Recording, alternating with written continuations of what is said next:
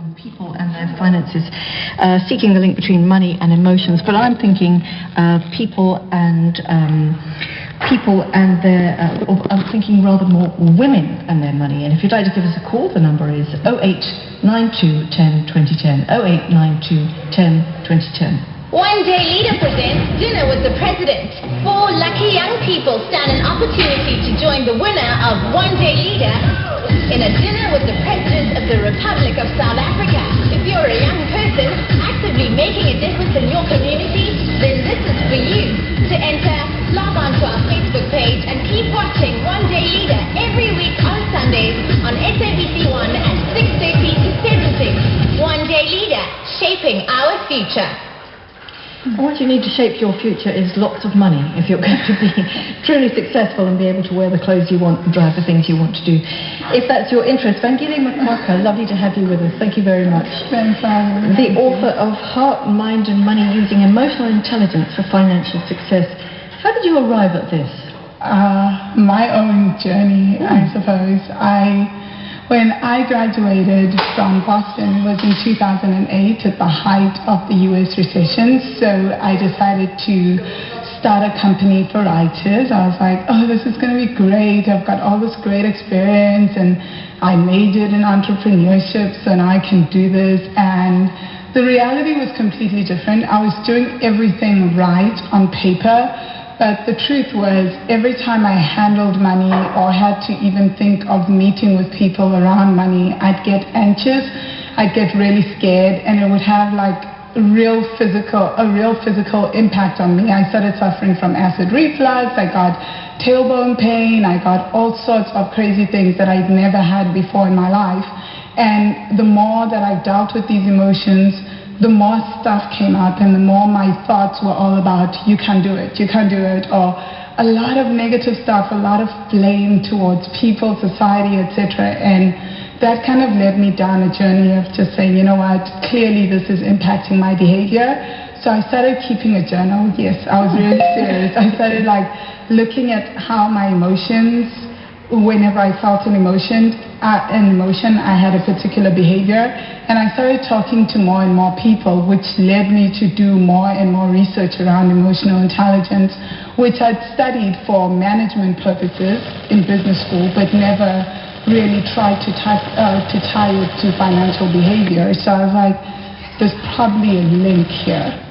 So that kind of led me down a really interesting road of studying law of attraction, studying Buddhism, meditating. I did the retreats, started coaching people, did tons of research, more journal studies, looked at financial thesis around emotions and money, and that's how the book came about. Sure. And who paid you to do all that tourism around the business world? Did you take time out to do that? Well, I was working for myself, right?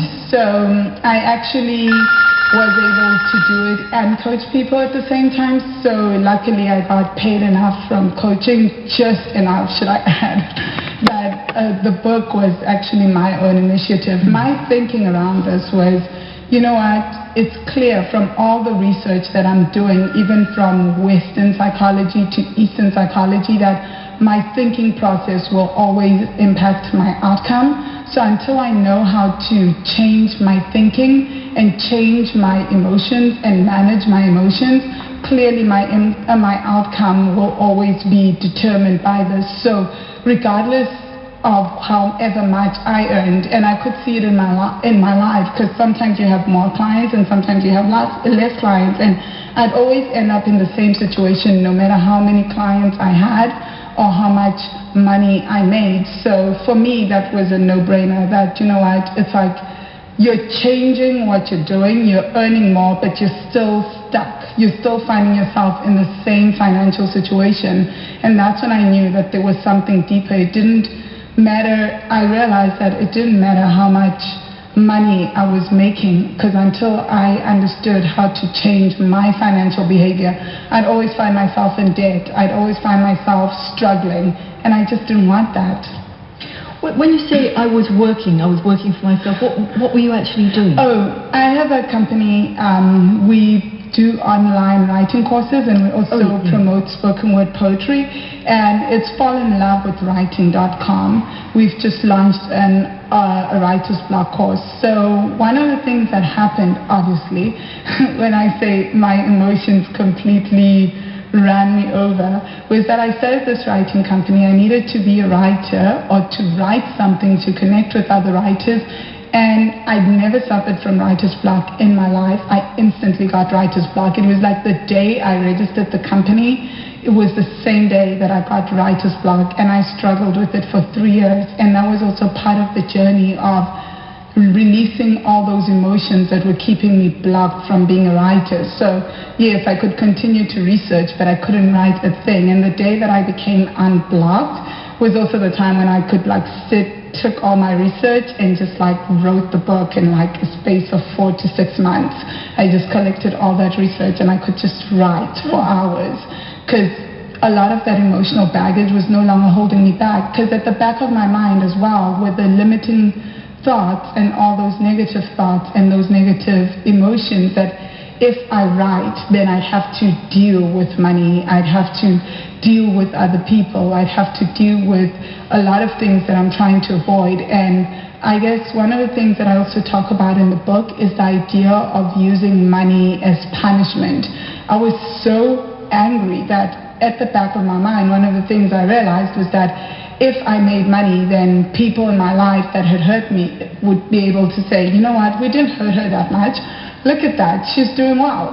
So a lot of us will subconsciously keep ourselves blocked so that we can punish others and rely on our family. Because, I mean, what is the easiest way to punish people that have hurt us and their family is to just be financially dependent on them.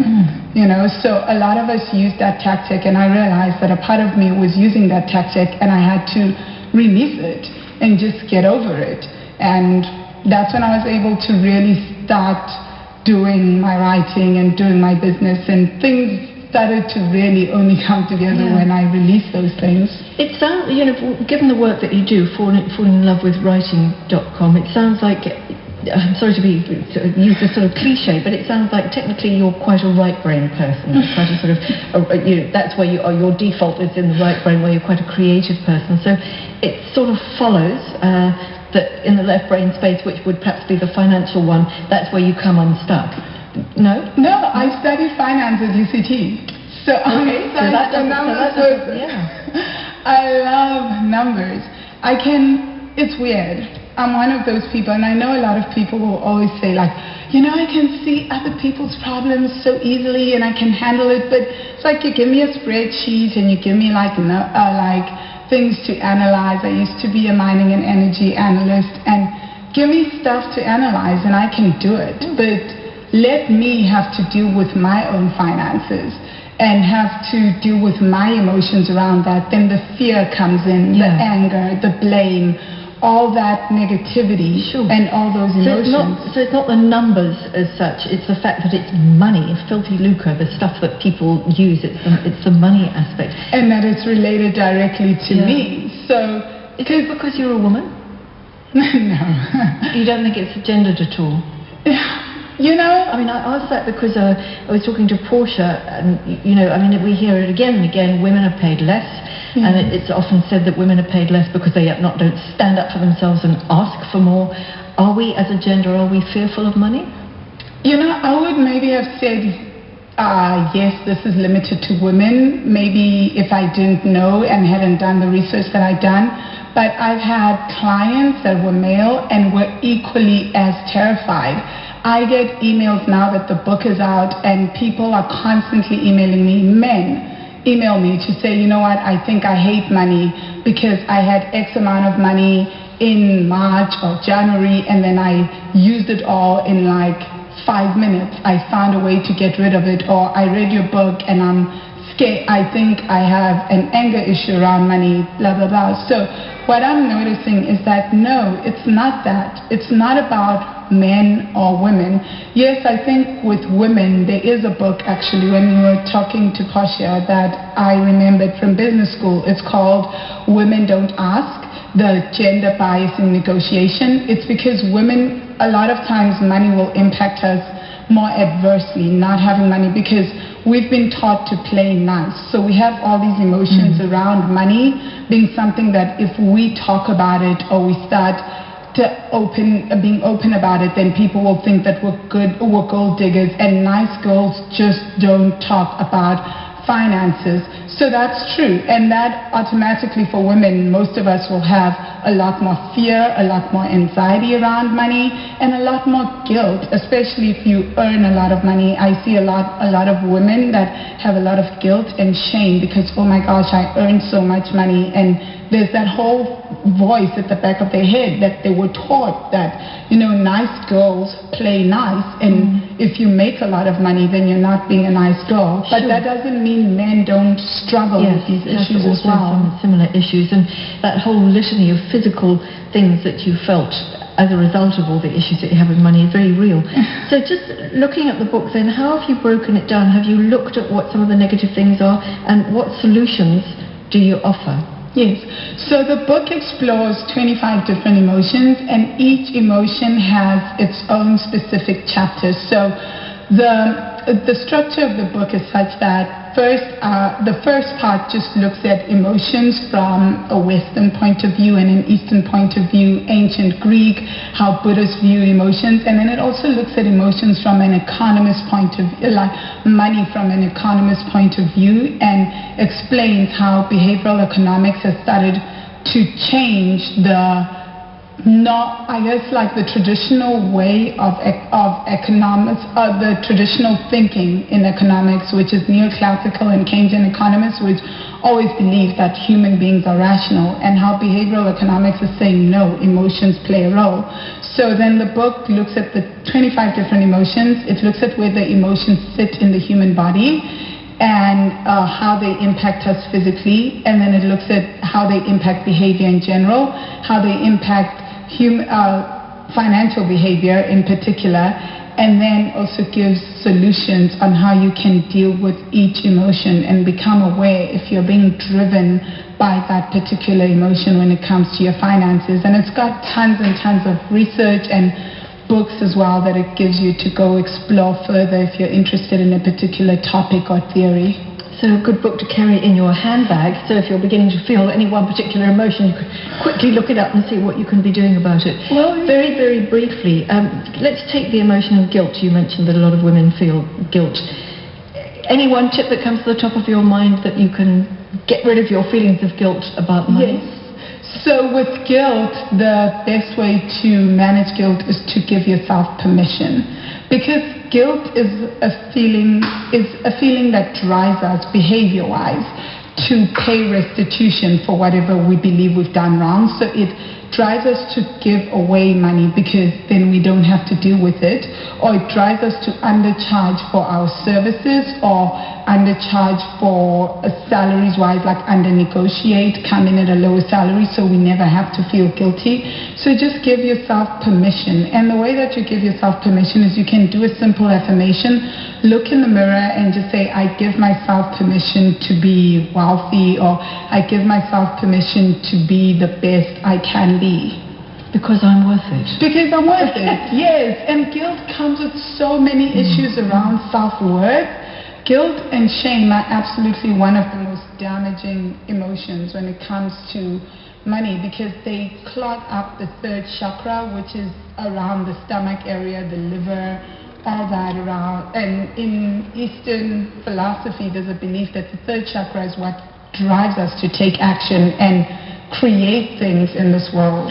So it's not necessarily going to make you money, but it's going to get rid of the stumbling blocks and all the negative things that are standing in the way. Vangile, thank you. I shall go and talk to myself in the mirror. I'm worth it.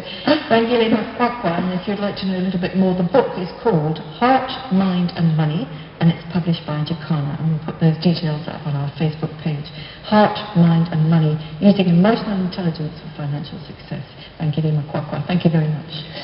And thanks.